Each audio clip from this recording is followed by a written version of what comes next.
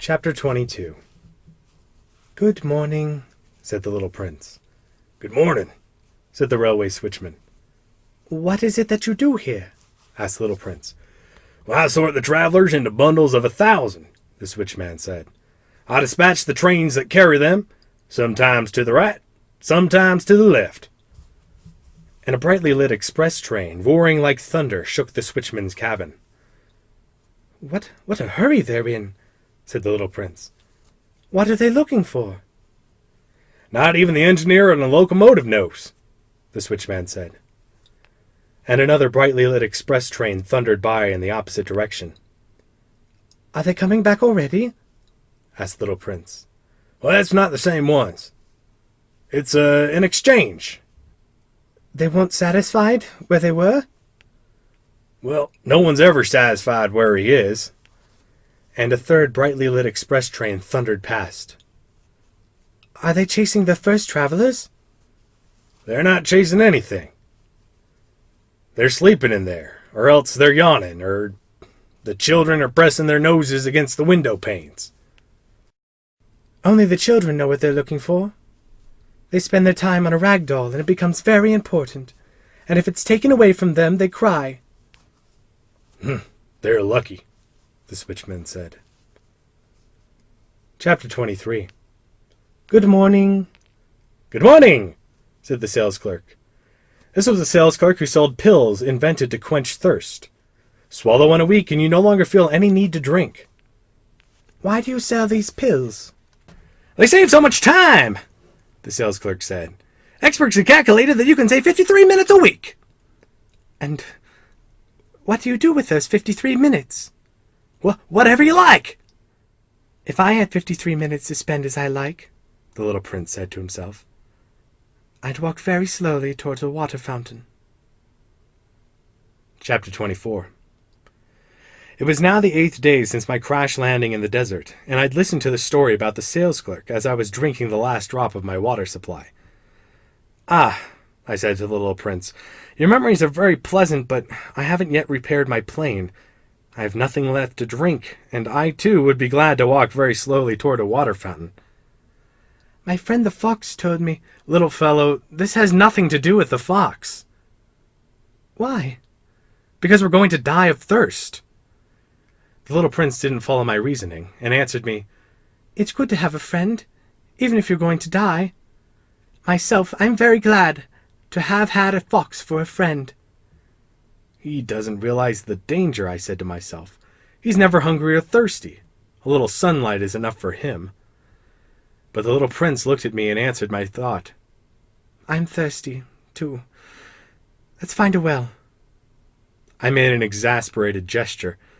It is absurd looking for a well at random in the vastness of the desert. But even so, we started walking. When we had walked for several hours in silence, night fell and stars began to appear. I noticed them as in a dream, being somewhat feverish on account of my thirst. The little prince's words danced in my memory. "So, you're thirsty too?" I asked. But he didn't answer my question. He merely said to me, "Water can also be good for the heart." I didn't understand his answer, but I said nothing. I knew by this time that it was no use questioning him. He was tired. He sat down. I sat down next to him. And after a silence he spoke again. "The stars are beautiful because of a flower you don't see." I answered, "Yes, of course." And without speaking another word, I stared at the ridges of the sand in the moonlight. "The desert is beautiful," the little prince added. And it was true. I've always loved the desert. You sit down on a sand dune. You see nothing. You hear nothing. And yet something shines, something sings in that silence. "What makes the desert beautiful is that it hides a well somewhere." I was surprised by suddenly understanding that mysterious radiance of the sands. When I was a little boy, I lived in an old house, and there was a legend that a treasure was buried in it somewhere. Of course, no one had ever been able to find the treasure. Perhaps no one even searched. But it cast a spell over that house. But it cast a spell over that whole house. My house hid a secret in the depths of its heart. Yes, I said to the little prince, whether it's a house or the stars or the desert, what makes them beautiful is invisible. I'm glad you agree with my fox. As little prince was falling asleep, I picked him up in my arms and started walking again. I was moved. It was as if I was carrying a fragile treasure. It actually seemed to me that there was nothing more fragile on earth. By the light of the moon, I gazed at that pale forehead, those closed eyes, and those locks of hair trembling in the wind, and I said to myself, what I'm looking at is only a shell. What's most important is invisible. As his lips parted in a half-smile, I said to myself again, what moves me so deeply about this sleeping little prince is his loyalty to a flower. The image of a rose shining within him, like the flame within a lamp, even when he's asleep. And I realized he was even more fragile than I had thought. Lamps must be protected. A gust of wind can blow them out. And walking on like that, I found the well at daybreak. Chapter 25. The little prince said, people start out in express trains, but they no longer know what they're looking for. Then they get all excited and rush around in circles. And he added, it's not worth the trouble. The well we had come to was not at all like the wells of the Sahara. The wells of the Sahara are no more than holes dug in the sand. This one looked more like a village well. But there was no village here, and I thought I was dreaming. It's strange, I said to the little prince. Everything is ready. The pulley, the bucket, and the rope. He laughed, grasped the rope, and set the pulley working. And the pulley groaned the way an old weather vane groans when the wind has been asleep a long time. Hear that? Said the little prince. We've awakened this well, and it's singing. I didn't want him to tire himself out. Let me do that, I said to him. It's too heavy for you.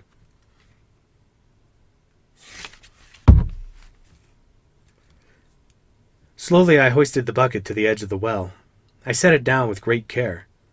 The song of the pulley continued in my ears, and I saw the sun glisten on the still trembling water. I am thirsty for that water. Let me drink some. And I understood what he had been looking for. I raised the bucket to his lips. He drank, eyes closed.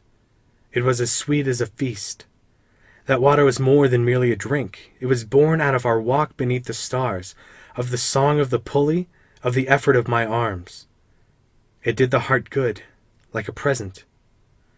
When I was a little boy, the Christmas tree lights, the music of midnight mass, the tenderness of people's smiles made up, in the same way, the whole radiance of the Christmas present I received. People where you live grow 5,000 roses in one garden, yet they don't find what they're looking for. They don't find it, I answered. And yet what they're looking for could be found in a single rose, or a little water. Of course, I answered. And the little prince added, but eyes are blind. You have to look with the heart. I had drunk the water. I could breathe easy now. The sand at daybreak is honey-colored. And that color is making me happy, too. Why then did I also feel so sad? You must keep your promise, said the little prince, sitting up again beside me. What promise? You know, a muzzle for my sheep. I'm responsible for this flower. I took my drawings out of my pocket. The little prince glanced at them and laughed as he said, Your baobabs look more like cabbages. Oh! I had been so proud of the baobabs.